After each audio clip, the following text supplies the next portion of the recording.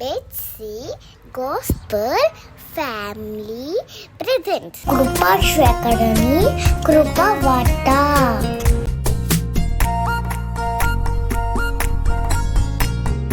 ఏడారి త్రోవలు వర్షముగా మారి నన్ను ఫలపరచిన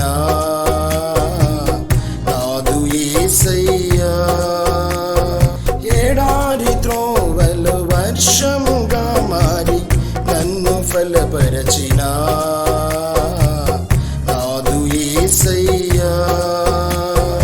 కోటమి ముంగిట జయకేతనమై విజయమునిచ్చిన జయశీలుడా. కోటమి ముంగిట జయకేతనమై విజయమునిచ్చిన జయశీలుడా. నీవే నా దుర్గము, నీవే నా శైలము, నీవే నా శృంగము, నీవే నా ధైర్యము, నీవే నా దుర్గము, నీవే నా శైలము, నీవే నా శృంగము, నీవే నా ధైర్యము. సర్వము నెరిగిన సర్వాధికారి, సకలము నీకు విదితము యేసు స్వామి. సకలము నీకు విదితము యేసు స్వామి.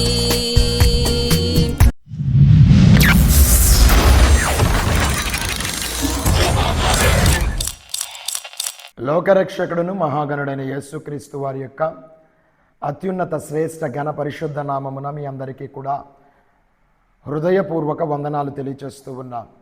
కృపాశేఖరుని కృపావార్త అని రోజు వీక్షిస్తున్న విధమును బట్టి మీ అందరికీ కూడా హృదయపూర్వక వందనాలు. ఈ దిన ధ్యాన వాక్యమునకు ఇర్మియా ప్రవచన గ్రంథము 30వ అధ్యాయము 19వ వచనాన్ని నేను మీ కొరకు చదువుతూ ఉన్నాను. వాటిలో కృతజ్ఞత స్తోత్రములను సంభ్రము పడి వారి స్వరమును వినబడును. జనులు తక్కువ మంది కాకుండా నేను వారిని విస్తరింపజేసేదను, అల్పులు కాకుండా నేను వారిని గనులుగా చేసేదను. ప్రియులరా, ఇర్మియా ప్రవక్త చేత దేవుడు మాట్లాడుతూ ఉన్న మాట ఈరోజు నా జీవితములలో దేవుడు నెరవేర్చదలిచిన మాటగా ఈ మాటను మనకు అనుగ్రహిస్తూ ఉన్నారు. అల్పులు కాకుండా నేను వారిని గనులుగా చేసేదను. పలు పర్యాయాలు మన గత జీవితపు ఛాయలు తెలియకోకుండా మన ప్రస్తుత పరిస్థితిని నిర్ణయించేవై ఉంటూ ఉంటాయి.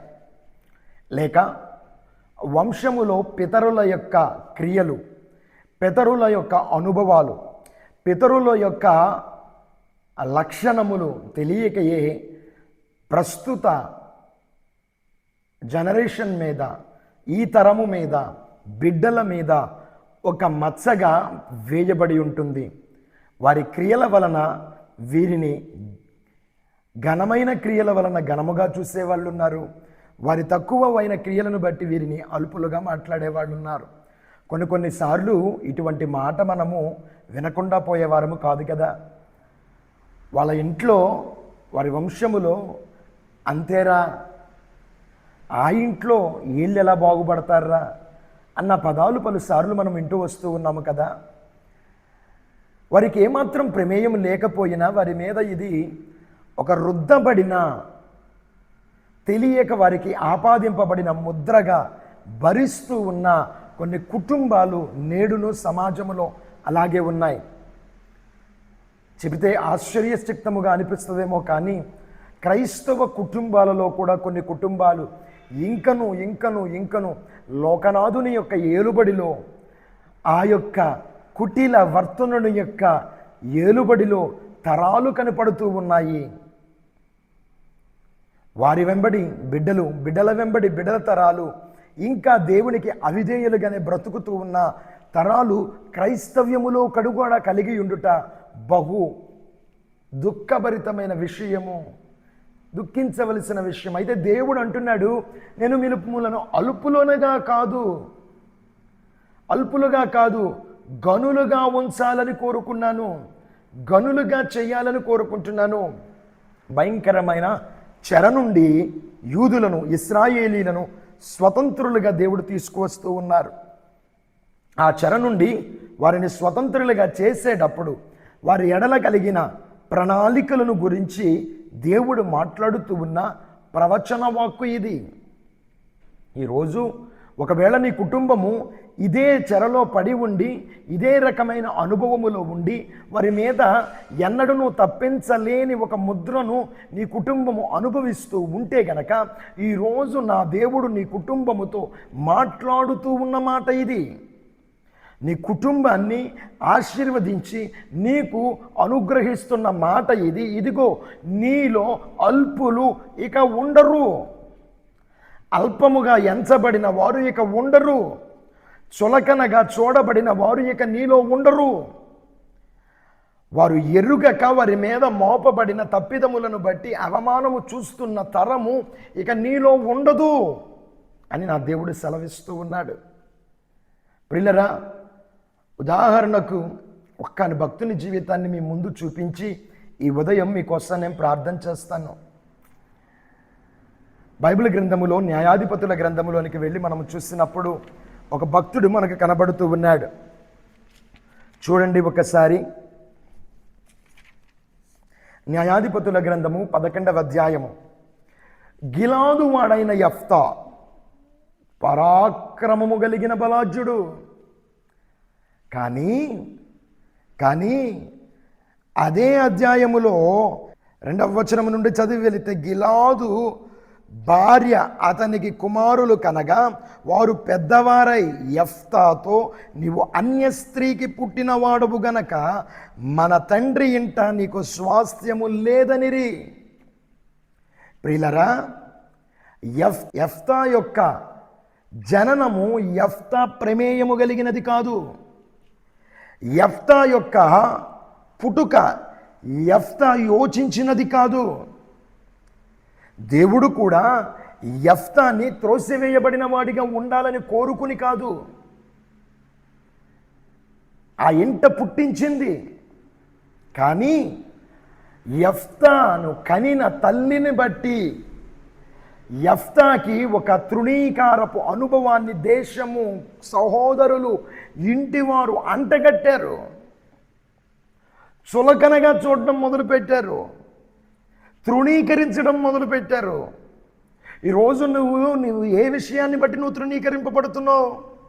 నీ ప్రమేయము లేకుండా నీ ఇంట జరిగిన కొన్ని విషయాలక, నీ ప్రమేయము లేకుండా నీ బ్రతుకులో జరిగిన కొన్ని విషయాలక, నీ ప్రమేయము లేకోకుండా నీ ఎడల మాట్లాడబడిన కొన్ని మాటలక, నీ ప్రమేయము లేకోకుండా నిన్ను గురించి ఇతరులు తలంచిన వాటిని బట్టి నువ్వు అల్పునిగా, అల్పురాలిగా ఎంచబడుతూ ఉన్నావా? కృంగపడుతూ ఉన్నావా? బాధపడుతూ ఉన్నావా? ఇదిగో నా దేవుడు చెప్తూ ఉన్నాడు, నీ బ్రతుకులో నిన్ను అల్పులుగా పుట్టించిన వాడు కాదు ఆయన. He had a great purpose in your life. నీ జీవితమును బట్టి దేవునికి ఒక గొప్ప ప్రణాళిక ఉంది. ఆయనకి నిన్ను గనునిగా ఎంచి నియమించి నీ కుటుంబంలో నిన్ను పుట్టించాడు. అల్పులుగా చేయడానికి కాదు, అల్పునిగా ఉండడానికి కాదు. కానీ పరిస్థితులు నిన్ను అల్పునిగా చేశాయి. ఆనాడు ఇశ్రాయేలీలను కూడా దేవుడు ఏర్పరచుకున్నాడు, ప్రత్యేకించుకున్నాడు, తన స్వకీయ సాంపాద్యముగా ఏర్పాటు చేసుకున్నాడు. ఏర్పాటు చేసుకున్నాక కూడా వారు తెలియక చెరలోనికి అప్పగింపబడ్డారు, క్రియలోనికి అప్పగింపబడ్డారు. వారి ప్రమేయము లేకోకుండానే ఇక్కడ యెఫ్తా అవమానానికి గురయ్యాడు, తన ప్రమేయము లేకుండా గురయ్యాడు. అయితే కొన్నిసార్లు యెఫ్తాలాగా ప్రమేయము లేకుండా తృణీకారము కాదు, కానీ మన క్రియల వలన కూడా మనము కొన్నిసార్లు తృణీకరింపబడుతూ ఉండవచ్చు.